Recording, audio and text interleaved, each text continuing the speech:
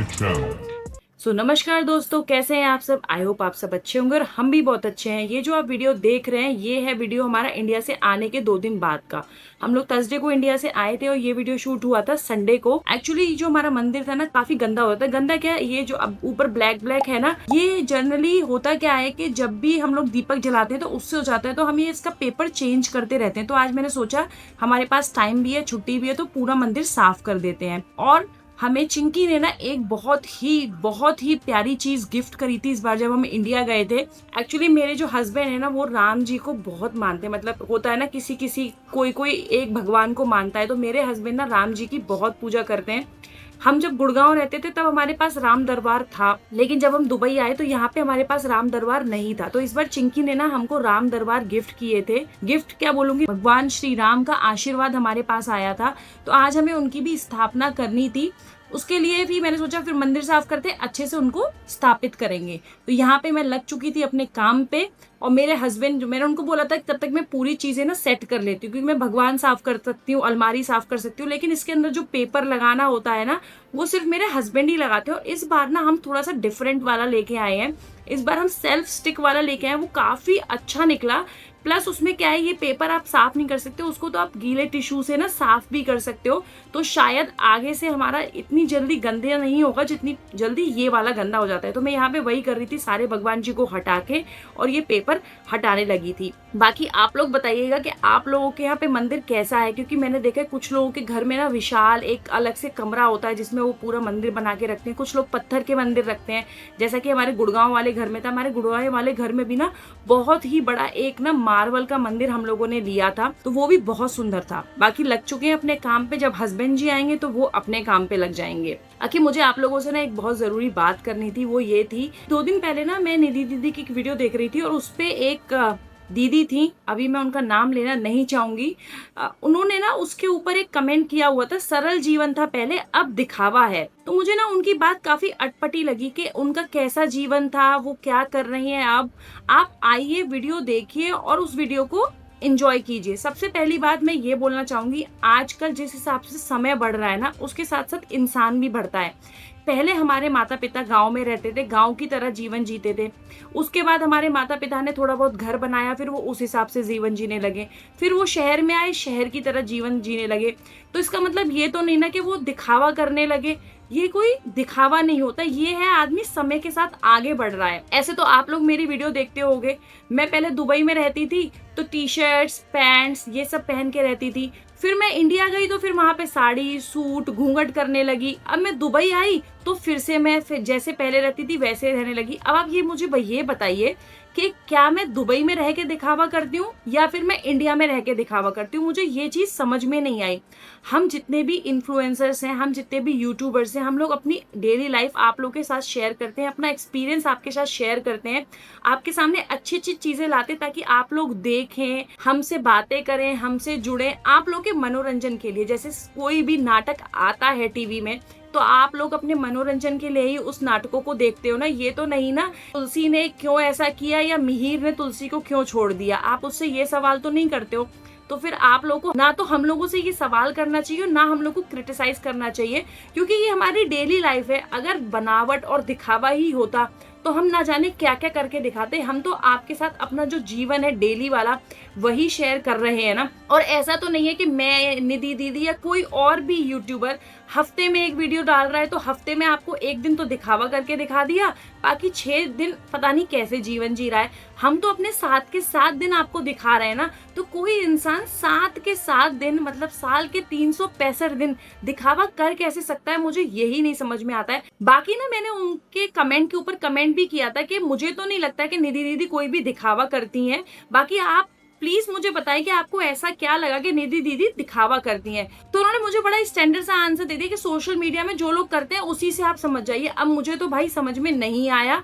अगर आप by chance मेरी वीडियो देख रही हैं तो आप प्लीज मुझे बताइए कि सोशल मीडिया पे ऐसा लोग क्या कर रहे हैं जिससे मैं समझ जाऊं। क्योंकि देखिए हम लोग घरेलू औरतें हैं, हम लोग अपने डेली की लाइफस्टाइल आप लोग के सामने लाते हैं, अच्छी अच्छी वीडियो दिखाते हैं। आप लोग, मुझे नहीं लगता कि जो लोग जानते हैं मैं किस चीज के बारे में बात करती हूँ, आजकल सोशल मीडिया पे लोग न जाने क्या क्या डाल रहे हैं और उन लोगों को देखने वाले मिलियंस में हैं, लाखों करोड़ों लोग उनको देखते हैं और मुझे नहीं लगता उनको क्रिटिसाइज करने वाले ना बहुत ज्यादा हद तक है। लेकिन जो लोग अपना सरल जीवन, अपना सादा जीवन आप लोगों को दिखाते हैं, उन लोगों को क्रिटिसाइज करने वाला हर एक तैयार हो जाता है, क्योंकि उनको ये लगता है कि आजकल की ऐसी दुनिया में ऐसे लोग हो ही नहीं सकते। तो नहीं दीदी, मैं आपको यही समझाना चाहूंगी, आजकल की दुनिया में भी बहुत सरल और सादा लोग हैं।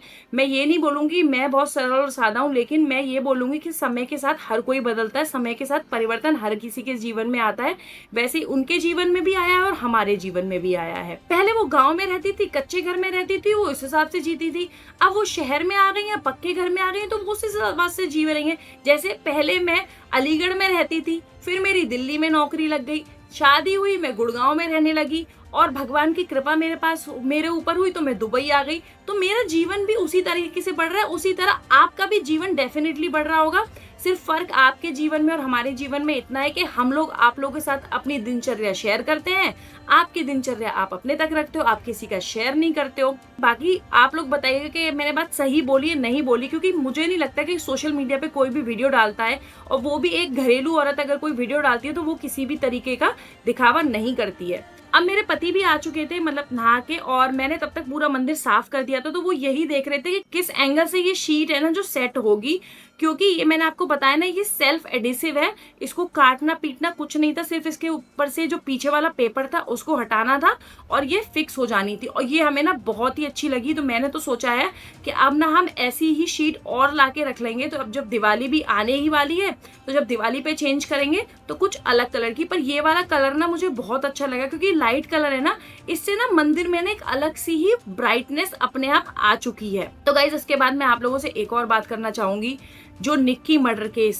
इस समय बहुत ज्यादा हाईलाइट हो रहा है। मतलब मुझे तो समझ में ही नहीं आया उस केस में हुआ क्या। पहले तो हम सबने सुना था कि निक्की को उनके हस्बैंड ने आग लगा के जला दिया, जैसा कि उनकी बहन कंचन जी ने बताया था कि उसमें उसने आग लगा दी, और उसकी उन्होंने एक वीडियो भी डाली थी जिसमें निक्की जी मतलब ऊपर से नीचे उतर के आ रही हैं।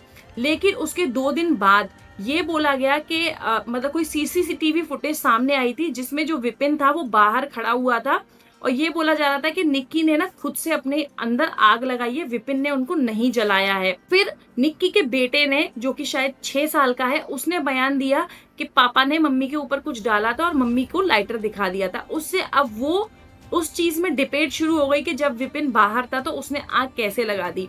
अब मैंने देखा रिसेंटली एक पोस्ट आया जिसमें ये बोला जा रहा है निक्की, जो कि जब हॉस्पिटल पहुंची थी ऑलमोस्ट 85% जल चुकी थी। डॉक्टर्स बोल रहे हैं कि उन्होंने बयान दिया था कि घर में सिलेंडर फटने से ये सब हुआ। पहली बात तो और सबसे बड़ी बात, जब उनके सास ससुर थे उन्होंने जो थाने में मेमो लिखवाया है उसमें भी उन्होंने बोला है कि घर में सिलेंडर फटा था, उसकी वजह से हुआ।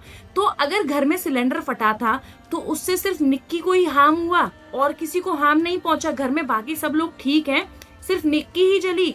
और क्या आपका सिलेंडर ऊपर था? और अगर सिलेंडर फटता भी तो क्या आस पड़ोस वालों को नहीं पता चलता? या फिर घर में उस सिलेंडर फटने से कोई उसके रेसिड्यूज नहीं होते? उसके बाद निक्की की भाभी भी आई हैं अब कि वो लोग ऐसे ही हैं, कंचन ऐसी है, ये वो ऐसी है। देखिए मैं आप सबसे एक चीज बोलना चाहूंगी, देखिए जो है जैसा है, निक्की कैसी थी, विपिन कैसा है, कंचन कैसी है, उसके ससुराल वाले कैसे हैं, उसके मायके वाले कैसे, वो सब छोड़िए। लेकिन आप ये देखिए ना, एक माँ बाप की बेटी चली गई और सबसे बड़ा दुख उस 6 साल के बच्चे का है जिसकी माँ चली गई। उस बच्चे का अब कौन है?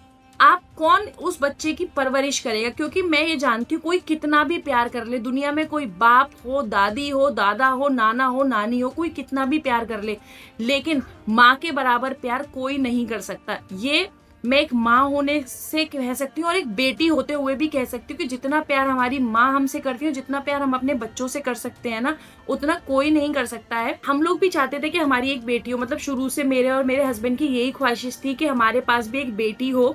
वैसे तो देखिए मेरे पास दो बेटियां हैं, मैं उन दोनों को भी बेटी की तरह ही प्यार करती हूँ। मैं उन लोगों को कभी भी, साहिब को और उन दोनों को कभी भी अलग नहीं समझती। लेकिन होता ये ना कि एक छोटी सी बच्ची हमारे आंगन में भी हमारे साथ भी खेलती, क्योंकि कहते हैं कि कन्या का दान सबसे बड़ा दान होता है। तो हमको वो अवसर कैसे प्राप्त होगा, हम अपनी कन्या का कैसे दान करेंगे। लेकिन अब ये जो कांड हुआ है ना, मेरे हस्बैंड ने बोला कि ये जो हुआ है ना, मैं इसके बाद ना अब कोई भी बच्चा, मतलब अब हमने ना बच्चे के बारे में सोचना ही छोड़ दिया है।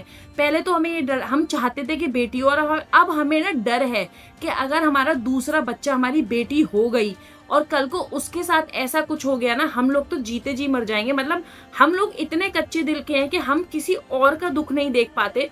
अगर मेरी बेटी के साथ ऐसा कुछ हुआ तो शायद मैं तो वो सब चीजें बर्दाश्त नहीं कर पाऊंगी। कोई भी माँ बाप नहीं कर सकते, लेकिन मेरे साथ क्या है कि मुझे दूसरे का दर्द देखा ही नहीं जाता। और जब अपने बच्चे, अपने कलेजे के टुकड़े को कोई दर्द पहुंचाएगा तो आप कैसे जीवित रह पाएंगे। बाकी अब देखिए यहाँ पे ना हमारे श्री राम, माता सीता, लक्ष्मण जी और हमारे वीर बजरंगी, उनको स्नान कराना, उनको अच्छे से अपने स्थान पे बिठाना, वो मेरे हस्बैंड ने शुरू कर दिया था। उनको अच्छे से गंगा जल से स्नान कराया था, उसके बाद उनको पोछा, परफ्यूम लगाई और उनको स्थापित किया था।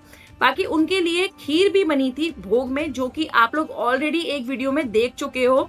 वो वीडियो उसी दिन शाम की वीडियो थी जिस दिन मैंने खीर बनाई थी। बाकी आप लोग बताइए कि आप लोगों को मेरा मंदिर, मेरे भगवान जी कैसे लगे, और आप लोग बताइए कि आज जो मैंने दो बातें आप लोग के सामने रखी हैं, आप लोग कितने लोग मेरी बातों से सहमत है। बाकी आप लोगों ने देखा होगा आज ना मतलब मेरे पास ना कुछ भगवान जी जो है ना वो चांदी के भी हैं। मतलब गणेश जी जो है, मुझे ना जब हमारी शादी पक्की हो गई थी उसके बाद मुझे मेरी मदर इन लॉ ने गिफ्ट किए थे, और लक्ष्मी जी शादी के बाद मेरे फादर इन लॉ ने मुझे गिफ्ट करी थी। और ये जो आप साईं बाबा देख रहे थे ना, ये भी चांदी के ही है। ये मेरी शादी में मेरी एक दीदी है, उन्होंने मेरी शादी का ऐसे बर्थडे गिफ्ट दिया था, क्योंकि मैं साईं बाबा की बहुत पूजा करती हूँ, तो उन्होंने मुझे चांदी के साईं बाबा दिए थे। अब देखिए हमारे सिया राम, लक्ष्मण जी और वीर बजरंगी हमारे मंदिर में स्थापित हो चुके हैं। भगवान आप सभी मेरे ऊपर, मेरे पूरे परिवार के ऊपर, मेरी पूरी यूट्यूब फैमिली के ऊपर अपनी कृपा दृष्टि सदैव बनाए रखिएगा। बाकी आप लोगों को वीडियो अच्छी लगी तो प्लीज वीडियो को लाइक करें, चैनल पे नए हैं तो चैनल को सब्सक्राइब करें, और एक प्यारा सा कमेंट जरूर छोड़े। और अपनी भी सहमति, या आप मेरे से सहमत नहीं है तो वो चीज भी मुझे जरूर कमेंट में बताइएगा। Thanks for watching, bye bye.